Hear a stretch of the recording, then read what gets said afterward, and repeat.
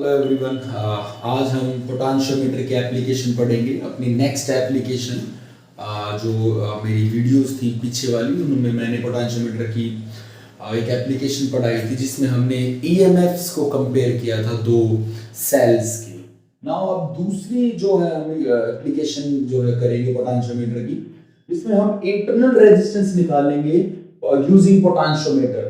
Okay, एक cell का internal resistance क्या होगा वो पोटेंशियोमीटर को यूज करके जो है हम निकालेंगे आज। अभी यहां पर सी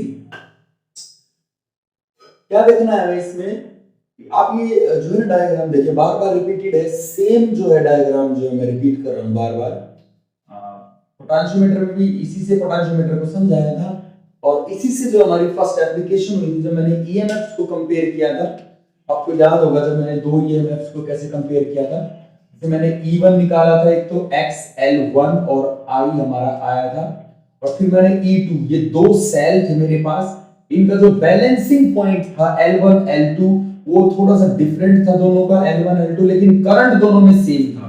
क्योंकि पोटेंशियोमीटर की जितनी भी हम एप्लीकेशन करेंगे, पोटेंशियोमीटर भी जो हमने किया, हम सभी ने एक चीज नोट की उसमें, वहां करंट जो है ना हम कांस्टेंट रखते हैं। Current should be constant whenever we use potentiometer, because potentiometer का जो दूसरा नाम है वो आइडल वोल्टमीटर भी इसे बोलते हैं, because it have high resistance, nearly infinite resistance. Okay, potentiometer का जो रेजिस्टेंस होता है ना वो इनफाइनाइट होता है, that's why it measures very sharp voltage.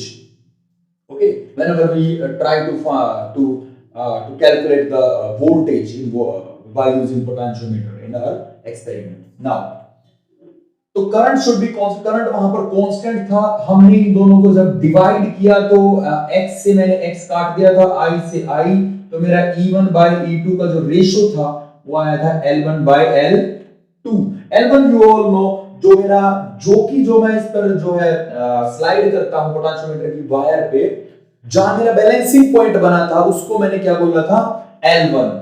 Okay, और जब मैंने E2 को जो कनेक्ट किया था टू वे की से, तो तब मेरा जो बैलेंस पॉइंट था, नल पॉइंट था, वो कहीं और बना था गैल्वेनोमीटर का, तो वो L2 थी जो मेरी डिस्टेंस थी। तो ऐसे मैंने सॉल्व किया था उसको और कंपेयर किया था। यहां से मैं E1 E2 L1 L2 किसी भी चीज की एक वैल्यू को जो है फाइंड आउट कर सकता हूं अगर मुझे बाकी की वैल्यूज दी होगी।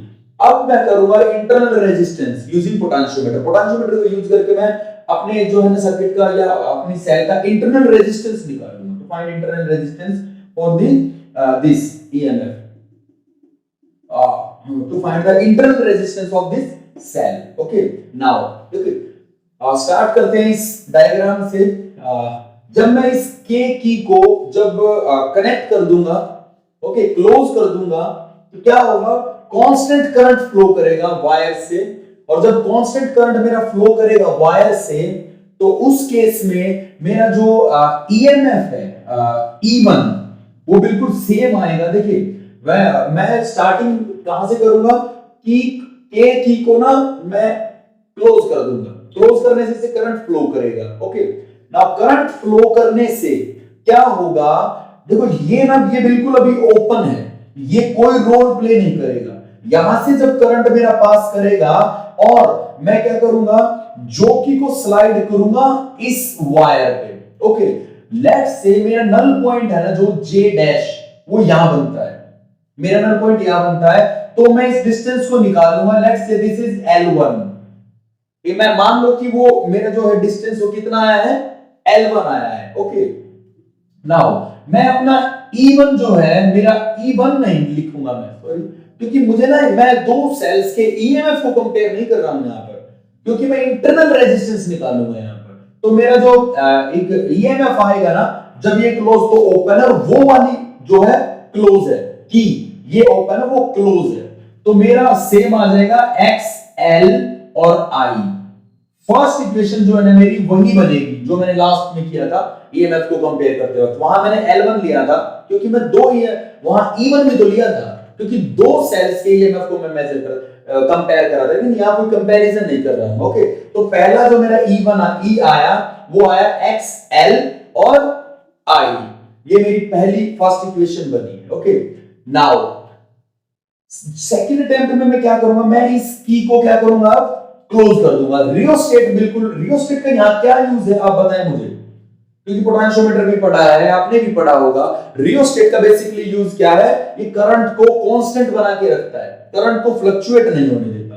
ओके, और मेरी जो वायर है मैंगनीज की कांस्टेंट की, वो वायर जो है ना मेरी, उसकी composition through out the experiment क्या रहेगी, यूनिफॉर्म रहेगी। कॉम्पोजिशन उसकी क्या रहेगी, यूनिफॉर्म रहेगी। ओके, और उसका जो शेप है, कॉन्फ़िगरेशन है, वो भी जो है मेरी यूनिफॉर्म रहेगी। Now in next step, whenever, जब मैं इस की को क्लोज कर दूंगा, तो जो मेरा पॉजिटिव से नेगेटिव की तरफ फ्लो करेगा यहां से, और ये एस क्या है मेरा, रेजिस्टेंस बॉक्स है, अननोन रेजिस्टेंस बॉक्स है। यहां पर मैं एक रेजिस्टेंस को सेट करूंगा, और एक रेजिस्टेंस को सेट करके इस रेजिस्टेंस बॉक्स से और की को क्या कर दूंगा, क्लोज कर दूंगा।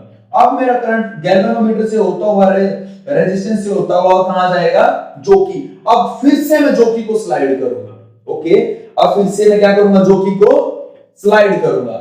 जोकी को जब मैं स्लाइड करूंगा तो क्या होगा, मेरा जो पॉइंट है ना, नल पॉइंट गैल्वेनोमीटर का, वो कहीं और बनेगा। लेट्स से दिस जे यहां बना, तो मैंने क्या किया, इस दूरी को भी मेजर किया। Let's say this is L2, this is L2, ये L1 थी मेरी। और इस बार जब मैंने की को क्लोज किया ना, तो मैं यहां एक सेल है। ओके, तो यहां पर मेरा वोल्टेज आएगा कितना, X L2 और I। This is our second equation. Got it. Now देखिए, पहले स्टार्टिंग में मैंने कहा कि L1 नहीं लिखना, क्योंकि वहां ना मैं कंपैरिजन नहीं दिखा रहा हूं। बट अब L1 लिखने का जो वे है वो क्या है, जब मैंने दो तरीके से मैंने इसको जो है ना हैंडल किया अभी तक। पहले उस की को मैंने क्लोज किया, जब वो की क्लोज की ना मैंने, तो गैल्वेनोमीटर का एक पॉइंट बना था, नल पॉइंट। अब जब इस की को मैं क्लोज करूं तो मेरा नल पॉइंट दूसरा बन रहा है। तो देखो, हिट एंड ट्रायल नहीं करना, ना ही आपको क्रैम करना, ना ही आपको कुछ याद करना। आपको सिर्फ एक चीज देखनी है, अगर J1 J डैश मेरा कहीं बन रहा है नल पॉइंट, और J मेरा दूसरा कोई नल पॉइंट बन रहा है, तो मेरे पास दो लेंथ तो होगी वायर की, L1 L2। नाउ ये आ गई मेरी L1 L2। अब मैं क्या करता हूं, E डिवाइड बाय V, इनको क्या करूंगा, सेम तरीके से मैं क्या करूंगा, इनको डिवाइड कर दूंगा, X L2 और I, X से X, I से I, तो मेरा आएगा E divide by V is equal to L1 divide by L2।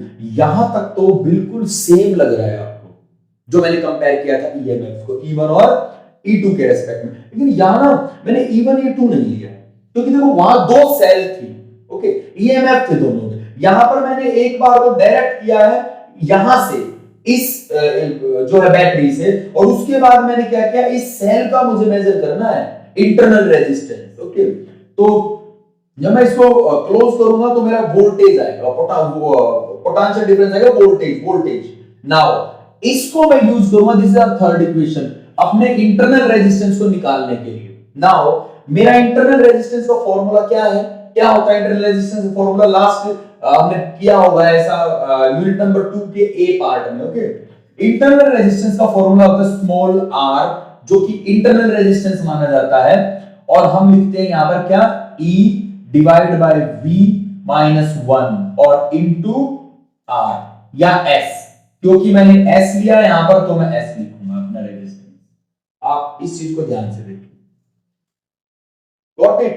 Now E divide by V minus 1 और इनटू S, ये हो गया मेरा। नाउ अब देखो, अब यहां पर मैं क्या कर सकता हूं, E डिवाइड बाय V की वैल्यू मैंने निकाली है ना इक्वेशन नंबर 3 में, मैं उस वैल्यू को यहां पुट करूंगा। ये डायरेक्ट फॉर्मूला मैंने लिखा है, इंटरनल रेजिस्टेंस का फॉर्मूला होता है, मैं करा दूंगा दूसरी वीडियो में भी इसको। ओके, नाउ अब E डिवाइड बाय V की वैल्यू तो है मेरे पास, तो मेरा इंटरनल रेजिस्टेंस क्या बनेगा, L1 divide by L2 minus 1 into S। Okay, S is the resistance जो हमने रेजिस्टेंस बॉक्स से फिक्स किया था। ओके, इस एक्सपेरिमेंट के लिए। नाउ ये हमारा क्या आएगा, इंटरनल रेजिस्टेंस। और अगर हम चाहें तो इसका एलसीएम भी ले सकते हैं। अगर मैं एलसीएम लूंगा इसका, तो इट बिकम L2, और ऊपर क्या बन जाएगा मेरा, L1 minus L2 into S। ये भी मेरा क्या आएगा, इंटरनल रेजिस्टेंस। यहां से मैं इस रेजिस्टेंस की वैल्यू भी निकाल सकता हूं। अगर न्यूमेरिकल में मुझे इंटरनल रेजिस्टेंस की वैल्यू गिवन हो तो मैं, और मुझे ये वैल्यू गिवन ना हो, ये मुझे फाइंड आउट करनी हो, तो इसको भी मैं यहां से निकाल सकता हूं। Whatever you need to derive or calculate, you can easily calculate by this formula or this application। Internal resistance की एप्लीकेशन थी, ज्यादा मुश्किल कुछ भी नहीं है, बिल्कुल सिंपल है। आप सारी वीडियोस को देखेंगे तो समझ में आएगा कैसे मैंने ईएमएफ को कंपेयर किया था और कैसे मैंने फिर यहां पर इंटरनल रेजिस्टेंस को बाय यूजिंग पोटेंशियोमीटर किया है। ओके, नाउ थर्ड जो हमारी एप्लीकेशन है पोटेंशियोमीटर की, वो हम नेक्स्ट वीडियो में पढ़ेंगे। आज के लिए इतना ही, थैंक यू।